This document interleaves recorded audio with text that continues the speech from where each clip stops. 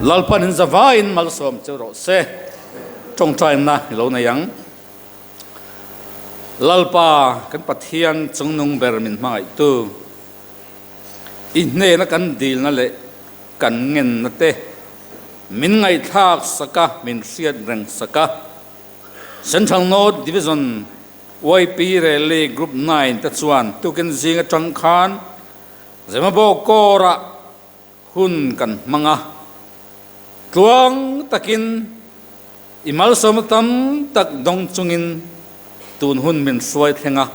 kan valom em lom thu kan thil cheni tu kin zing lam kang ngai chuan mal som ruwa te lo sura kan rel ru te atha phanga nima selalalpa kan pathian kan du na nangin sia khot tha le borok tha min pek awang te hian kan valom em lom thu kan thil non le che hereli hilalpa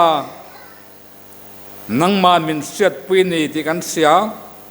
item thatak takte inti sian thu le hla thatak takte wang po khan ming kan fakalom thu kan thil che ni thu cha poimo tak takte kan zawai na tangkai tu tak takte min siat tir le awang te po khan lom thu kan thil che ni lalpa thil ti om zong zong te kha ming ro pui pon chu na nangin min mangla nau pangate ber tangal lian ber thang hian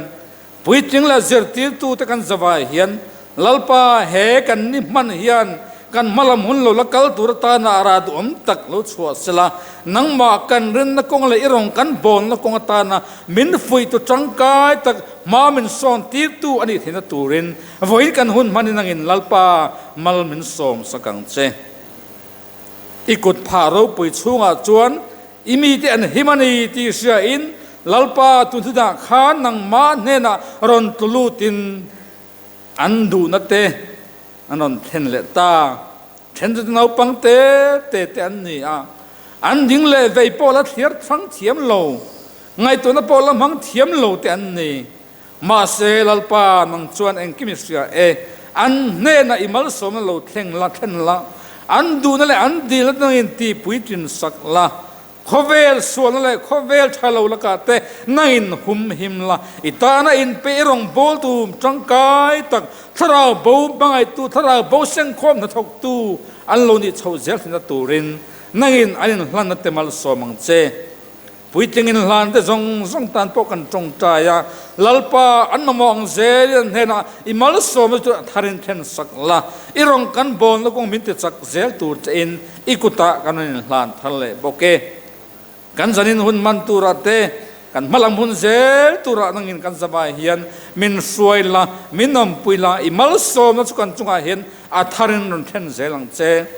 tuna hian kan lalpai so krista thatna wana kan pa pathian mangena le tharau thiang lim pol na a chen chin le akai phona dom tak chu he oi pirel li lo kal zong tale